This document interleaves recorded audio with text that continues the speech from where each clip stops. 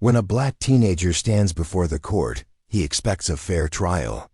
But the judge stuns the entire courtroom by sentencing him to life in prison. The boy, calm but broken, makes one phone call. No one could have imagined that his father is the U.S. Attorney General, the most powerful man in America's justice system. What happens next will expose corruption, bring a city to its knees, and change the boy's life forever. Stay with us and don't forget to subscribe for more stories that will grip your heart, shake your soul, and leave you thinking long after the story ends. Asterisk, the buzzing courtroom was cold, but Jamal Carter's hands were sweating. The 17-year-old black teenager sat stiffly at the defendant's table, the weight of the world pressing down on his shoulders. He glanced around nervously. His mother sat just a few feet away, her trembling hands clutching a worn Bible, her lips moving in silent prayer. Jamal's public defender, Mr. Benson, had tried to reassure him all morning. "We've got this, kid. Weak evidence. This is open and shut." But Jamal didn't trust those words. Not in this courtroom. Not with this judge. Judge Harold Whitman was infamous for his harsh rulings, especially when the defendant looked like Jamal. Whitman had sentenced dozens of black teenagers to harsh penalties that rarely matched the crime. People whispered that Whitman had an agenda, but no one dared challenge him openly. Jamal's case was a robbery gone wrong. He wasn't even there, but the gang that set him up made sure the evidence pointed to him. Blurry footage, shaky witnesses, and a police report full of holes. Jamal thought justice would prevail. He thought the truth mattered, but as Whitman entered, the room grew heavy. The gavel's echo silenced the whispers. "We are here for sentencing in the case of Jamal Carter," Whitman began, his cold eyes scanning the room before landing on Jamal with a sharp, dismissive glare. "Your kind," Whitman said with venom, "are a plague on this city. I'm sick of watching you. People destroy what good men have built." The words pierced the air like knives. Benson shot up, protesting, but the judge slammed his gavel again. "Sit down. I've made my decision." The tension wrapped around Jamal's throat like a noose. His mother's prayers grew louder. Jamal's breathing quickened as if the walls were closing in on him. Whitman continued, "You've shown no remorse, and I see no reason to waste taxpayers' money on another chance you'll just throw away. I hereby sentence you to life in prison without the possibility of parole." A scream tore from Jamal's mother as she collapsed onto the floor. Jamal sat frozen, his world crumbling around him, the voices around him distant and muffled like he was underwater.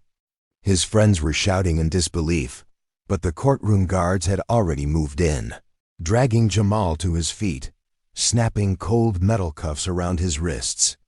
Benson shouted, "Your Honor, this is excessive. The evidence doesn't support this. Sentence." But Whitman just banged his gavel and walked out like Jamal was nothing. As the officers pushed him forward, Jamal whispered to one, his voice hoarse, "Can I make a phone call?" The officer hesitated, then guided him to a side room and handed him a phone. Jamal's fingers trembled as he dialed a number he knew by heart, but had rarely used. It rang once, twice, then a deep, calm voice answered, "Son?" Jamal's voice cracked. "Dad, it happened." There was a silence, but Jamal could feel the storm building on the other end. The voice that answered was no ordinary father. "I'm on my way," the man said firmly. That man was Marcus Carter, the U.S. Attorney General, the top legal authority in the United States. And no one in that courtroom knew they had just sentenced the son of the most powerful legal figure in America. Not yet. Asterisk, it didn't take long before the city realized it had made a colossal mistake. Before dawn, a convoy of black SUVs with federal plates rolled up to the courthouse. The U.S. Marshals spread out, securing entrances. Reporters swarmed the area, cameras flashing. When Marcus Carter stepped out, the sheer weight of his authority silenced the crowd. His face was unreadable, but his eyes burned with purpose. He didn't bother to knock when he stormed into Judge Whitman's chambers. Whitman stood up too quickly, rattling the coffee on his desk. "Attorney General Carter," he began, his voice trembling despite the forced smile. "What brings you to Chicago?" Marcus's stare was ice cold. "You sentenced my son yesterday." Whitman blinked rapidly, flipping through files as if to buy time. "Your son?" "Jamal Carter," Marcus said, his voice steady but deadly. "The boy you buried with a life sentence like he was trash." Whitman's breath caught. "I had no idea." "No, you didn't, because you didn't care to ask." Marcus slammed a thick federal file on the desk. "I've reviewed every second of that trial. You ignored exculpatory evidence. You silenced his lawyer. You bulldozed him because you thought you could." Whitman tried to recover. "With all due respect, this isn't federal jurisdiction." Marcus leaned in, his jaw tight. "It is now." By noon, Marcus had filed a federal emergency appeal. The courthouse transformed overnight into a battleground. Civil rights leaders flew in. News channels set up live feeds. Protesters flooded the steps. Across the country, people rallied behind Jamal, but Marcus's mission went deeper. He wasn't just fighting for his son. His federal investigators uncovered layers of corruption that stretched far beyond Whitman's courtroom. They found bribes from private prison companies, local police fabricating reports, judges like Whitman handing out life sentences to meet private prison quotas. Jamal's case was the tip of a poisonous iceberg. And now, the most powerful prosecutor in the nation was digging to the bottom. As Marcus built the case, threats started pouring in. His security detail intercepted phone calls warning him to back off. Anonymous letters arrived at his home. His car was sabotaged. But Marcus didn't back down. He knew what it meant to be a black father in America fighting for his child. And he wasn't going to lose. Jamal adjusted quickly to prison life. But it wasn't easy. His case had made him famous. Some inmates saw him as a symbol of hope. Others saw him as a target. Guards accidentally left his cell door open at night. He was served food that other prisoners warned him not to eat. But Jamal wasn't weak. He found allies, men who had spent decades behind bars for crimes they didn't commit. They taught him how to survive. On the outside, Marcus's investigation gained national attention. He exposed a network of judges, prosecutors, and law enforcement, tied to a massive prison-for-profit scheme. The deeper he went, the darker the story became. The arresting officer who had testified against Jamal. His brother-in-law was the CEO of a private prison corporation that had directly benefited from the sentence. Marcus stormed the next federal courtroom with evidence that shook the nation. The officer was forced to testify under oath.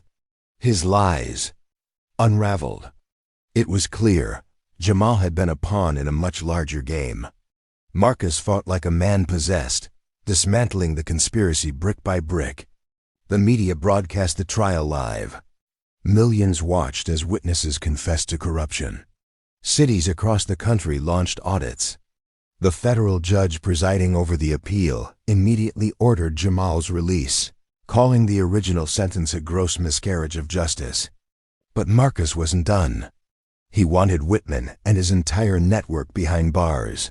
He wanted to burn the rotten roots of the system that had devoured so many lives, and the public was behind him. Whitman was arrested. Prosecutors who fed the system were dragged into court. Corrupt police officers were stripped of their badges. But in the shadows, not everyone surrendered. Jamal's release was met with thunderous applause. Cameras clicked. Crowds chanted his name. His mother wept as she hugged her son tightly, refusing to let go. Marcus stood beside them, his usually composed face cracked with emotion. But they both knew this wasn't over. Marcus launched a national initiative to reform sentencing laws. He traveled with Jamal, speaking at schools, community centers, and policy conferences. They became symbols, father and son, Fighting a system designed to crush them, Marcus drove landmark reforms. Courts changed, private prisons faced lawsuits. But the deeper Marcus pushed, the more dangerous his enemies became. One evening, while reviewing sealed files, Marcus found a plain envelope, no return address. Inside, a single photograph showed a man shaking hands with dozens of officials Marcus had already taken down. On the back, in red ink, "I built this system. You can't reach me." It wasn't Whitman. It wasn't the police. It was someone higher, someone still untouched. Marcus called Jamal, who now worked to help other wrongfully convicted teens. "There's someone else," Marcus said quietly. "This goes deeper." Jamal didn't hesitate. "Then we keep going, Dad, together. Because some fights don't end with one victory. Justice is never handed over. Justice must be seized. Again and again. And this father and son? They weren't finished yet. Make sure to subscribe to our channel for more emotional, powerful stories that will make you cry, make you think, and inspire you to never give up on what's right. More life-changing stories are on the way. Don't miss them.